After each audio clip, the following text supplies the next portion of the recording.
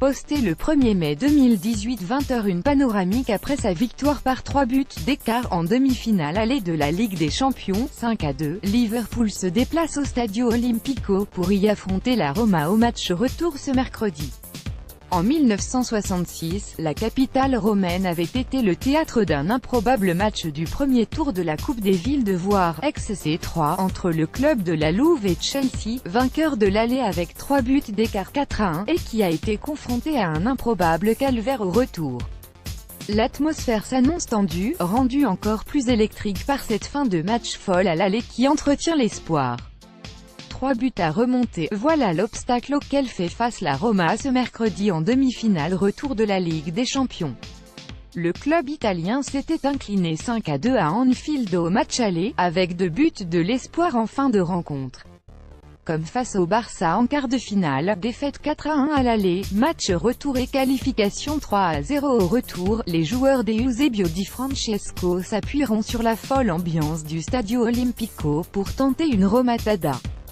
La capitale italienne connaît ses fondamentaux pour effrayer ses adversaires. Même si le succès n'est pas toujours au rendez-vous. Il pleuvait des briques et des bouteilles octobre 1965. Après sa victoire par 3 buts d'écart au match aller, 4-1, Chelsea se déplace sur le terrain de la Roma pour son match retour de premier tour de la Coupe des villes de Foire.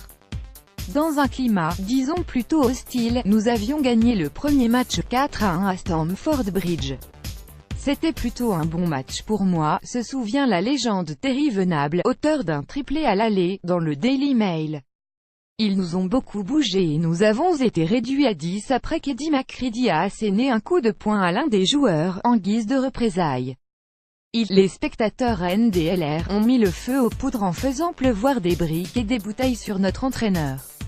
On se cachait sous les sièges. McCready a en effet remis en place Carponetti, au sens propre.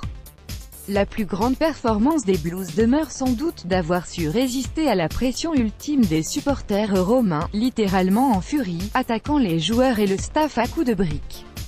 Tommy Docherty, le manager, était furieux quand ils sont entrés sur le terrain alors que nous étions censés nous entraîner, poursuit Venable dans le Daily Mail. Alors il a baissé son froc en guise de réponse. On a fait match nul 0-0, pas un seul but encaissé, performance ultime. Avant un retour en bus, une nouvelle fois sous les projectiles des supporters adverses. Liverpool est prévenu, même s'il y a sans doute peu de chances de voir Francesco Totti balancer sa brique depuis la tribune d'honneur.